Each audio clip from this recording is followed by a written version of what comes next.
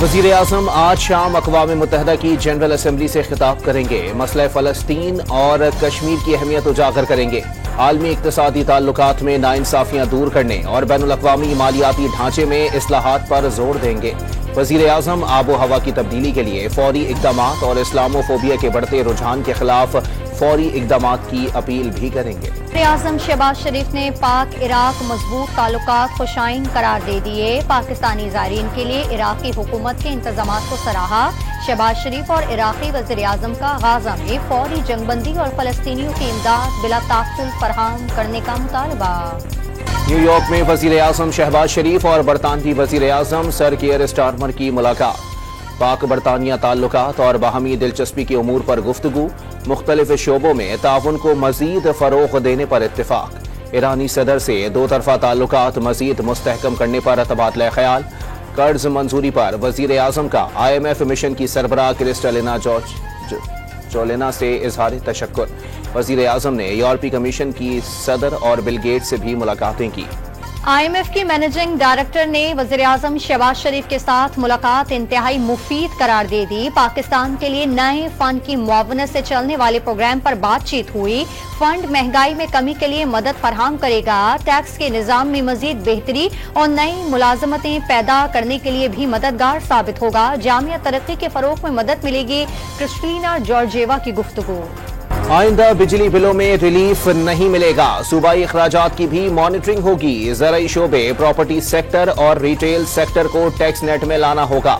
जारी प्रोग्राम पर ज़िमनी ग्रांट्स और ग़िज़ाई अजनास पर सब्सिडी देना भी मना होगा।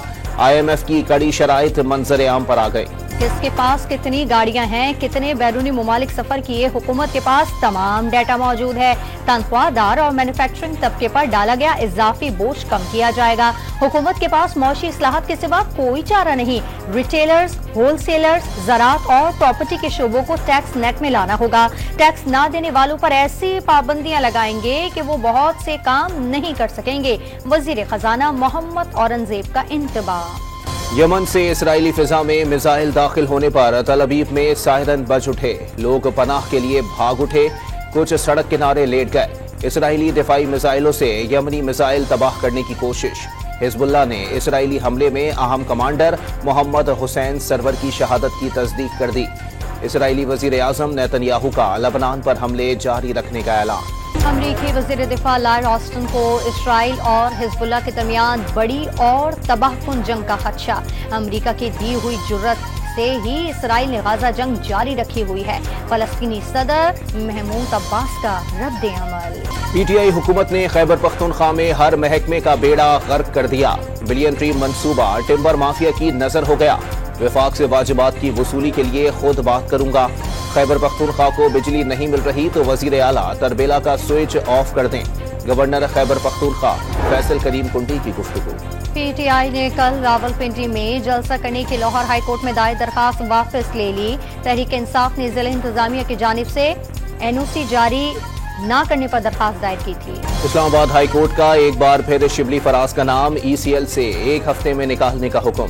अदालती हुक्म पर अमल दरामद न होने पर सेक्रेटरी दाखिला को आइंदा समात पर पेश होने का हुक्म। केस की समात एक हफ्ते के लिए मुलतवी। बुशरा बीबी के खिलाफ इस्लामाबाद में एक मुकदमा थाना कोहसार में 6 जून 2023 को दर्ज किया गया था। अदालती हुक्म पर वफाकी पुलिस ने तमाम थानों से रिकॉर्ड चेक कराने के बाद रिपोर्ट इस्लामाबाद हाई कोर्ट में जमा करा दी। अदालत ने दरखास्त निपटा दी।